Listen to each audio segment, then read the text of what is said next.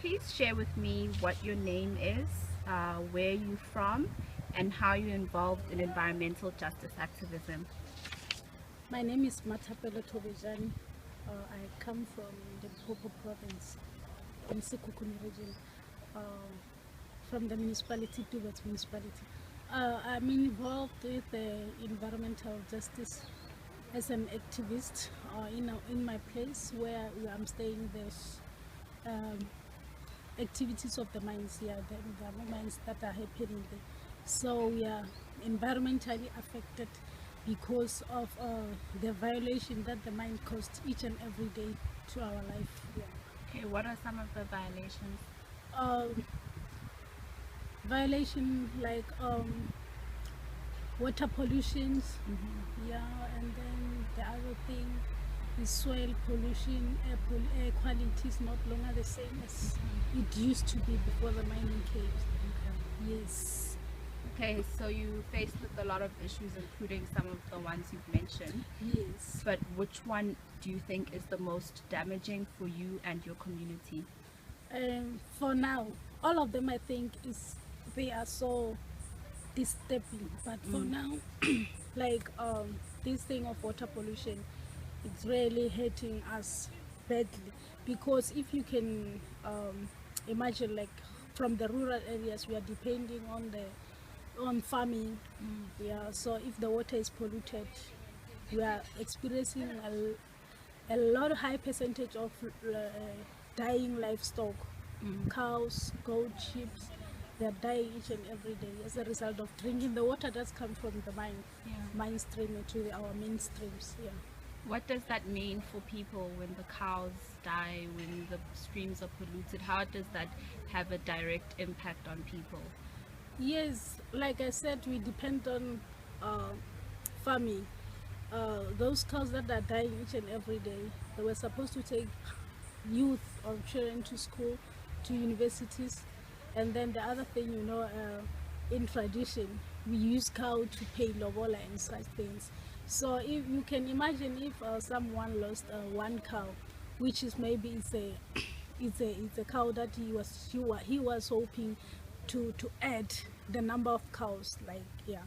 So it's very frustrating, and then even the community, like, they're not happy about it, because as I'm always contacting the meetings with the headsmen, they are so worried about it, and also the thing that they don't have grazing land, because all the areas they used to take their cows to graze, they are now fenced off, and then this is adding more problems. Who are the main polluters? The main polluters is the mine, because they are the one who are like contributing too much to water pollution, because the water that's come from underground when they're mining, it's like they form their own river, a main stream that is flowing to our river. So the water we're drinking now is no longer in a good quality.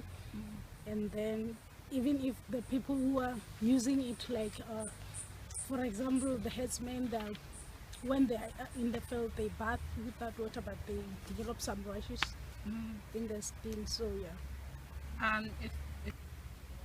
Is there a lot of environmental justice related conflict in your community?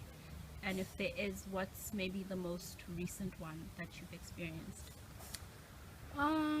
Yes, there is, because like I told you that there are herdsmen, those who are losing their livestock, they always like report to the mine, but the mine doesn't do anything about it.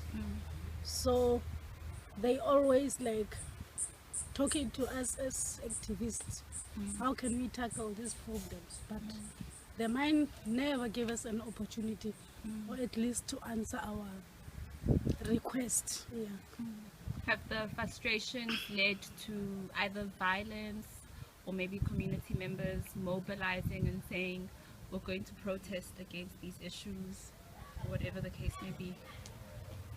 Not at the moment. Yeah. No. Okay.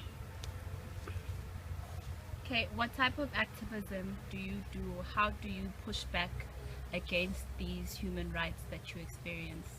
What I'm doing in my community is that we are really working on different things. Yeah, we also have the team of climate change team. We have the river monitoring team, which is the one who was helping us during this process of identifying which mines are polluting which rivers. So, and then we also have another team of who are working with the to organize the protest and stuff. But we're also even working with people unemployment forums around. Yeah, that's such. Even the problems of house cracking, because the houses are cracking. We're living close to the mines, but there is no compensation that has been done. Why are the houses cracking? Because of the blasting, when they blast underground and then the house are shaking and then, yeah. And tell me the significance of the river monitoring. Why do you guys do that? What makes us to do that? Most important things was about the livestock that are dying each and every day. So we realized that okay, we can't just sit down and look while our parents are suffering from this problem of water pollution. Sure.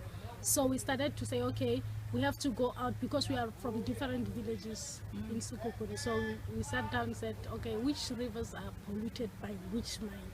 So we started to going around and see what's going on. So our monitoring team is all like, even though we don't have the same product or the equipments to do the water testing, but we're trying so hard to organize the municipality, Department of Water and Sanitation, to come and do the testing for us. Yeah. But you know how the government works. We've been waiting for a long time. So the monitoring helps you gather information so that Yes. you understand exactly why What's going on? your cows are dying. And Yes, and another thing is that because of old people that we are staying with, they have an history. They know what was like before, and then even now when the mine, they can even give you exactly like a story, like these things. We just started to see them now. Yeah. Okay. And what final message or what final thing would you say to members of civil society who aren't living next to these areas, who aren't aware of what's going on? What would you say to them in like a short summary to summarize your struggle? I think now is the time for us as a civil society to unite and fight this mining industry. And even it's not like for them alone, even us as communities, we have to know how to keep to do housekeeping, or at least to manage our waste. It's also important because it's also contributing on the water pollution. So I said, if we can unite and fight, I think we can make it. And this is for the future. It's not for us, but we are fighting for our children.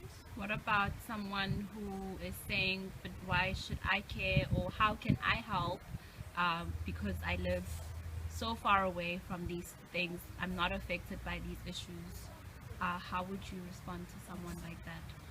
I think if it's happening to my village, it will happen one day to your village, because we don't know where these minerals are. Maybe if you are not affected by platinum, you'll be affected by oil, maybe oil industry or something else, coal, diamond. Okay, thank you.